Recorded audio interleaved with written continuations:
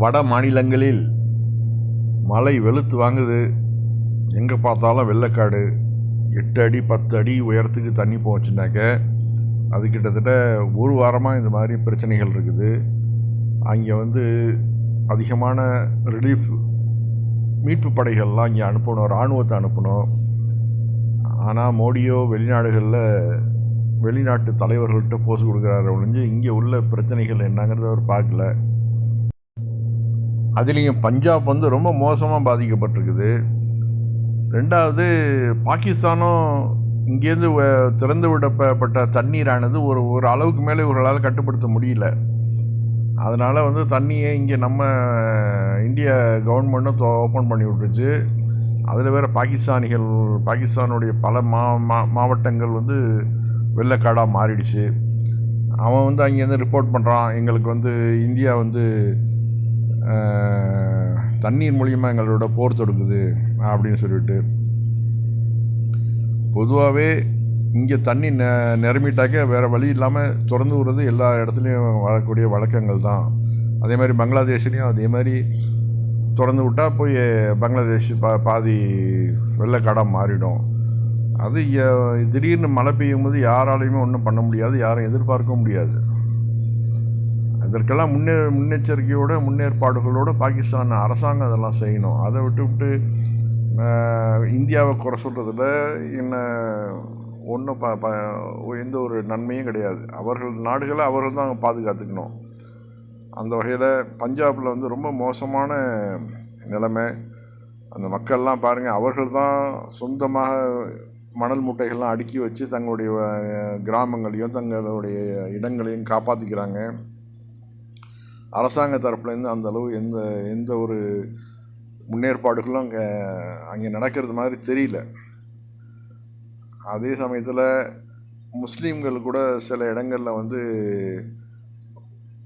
பணத்தெல்லாம் கலெக்ட் பண்ணி அதை அப்படியே இந்து மக்களுக்கு பொதுவாக வெள்ளத்தால் பாதிக்கப்பட்ட மக்களுக்கு கொடுக்கறதுக்காக அவர்களும் அதில் களத்தில் இறங்கியிருக்கிறாங்க.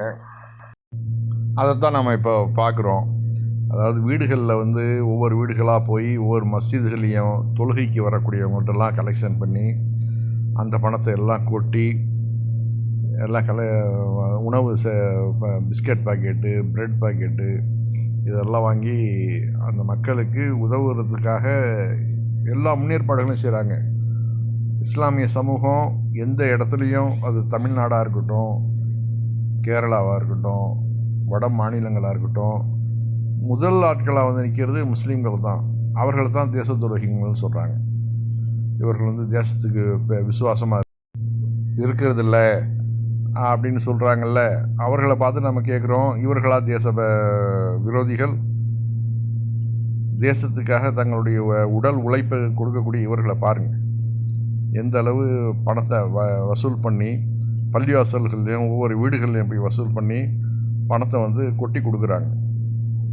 இந்த மாதிரி தயாளு குணங்கள் எதனால் வருதுனாக்க அதுவும் இஸ்லாம் போதிக்கிறது தான்.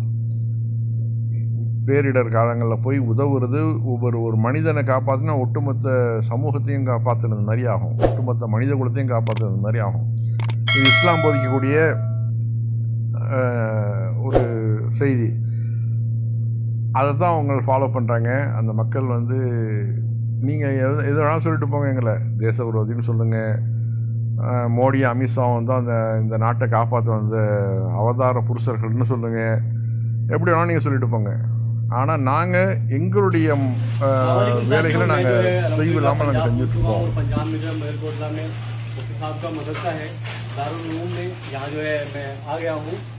इंशाल्लाह कल हम मुख्तलिफ जगहों का दौरा करेंगे और आप देख सकते हैं यहाँ राशन का सामान पैक हो रहा है, मुफ्ती साहब की सरपरस्ती में यहाँ काम देखा जा रहा है अल्हम्दुलिल्लाह, और बहुत बड़े पैमाने पर काम हो रहा है।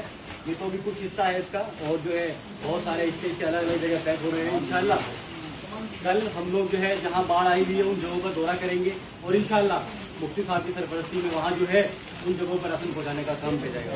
मैं आप लोगों से अपील करता हूँ कि आप लोग भी आइए और इधर आके जिस तरीके के यहाँ के हालात है एक बार देखिए और यहाँ राहत का सामान लाकर यहाँ लोगों की मदद कीजिए। तमाम लोग अपने ख्याल खुदा अस्सलाम वालेकुम। இவர்கள் இந்த பணத்தெல்லாம் கலெக்ஷன் பண்ணி இந்த ப்ரெட்டு எல்லாம் வாங்குறதெல்லாம் அந்த மதரசாவில் வச்சு தான் செய்கிறாங்க. தாருல் உலூம் மதரசாவில் வச்சு அந்த மாணவர்களின் உதவியோட, ஆசிரியர்கள் உதவியோட இந்த நற்பணியை செய்கிறாங்க.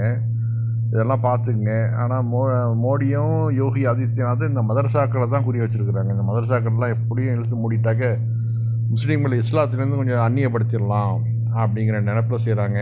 பாருங்கள், மதரசாக்களுடைய நன்மையான காரியங்கள்.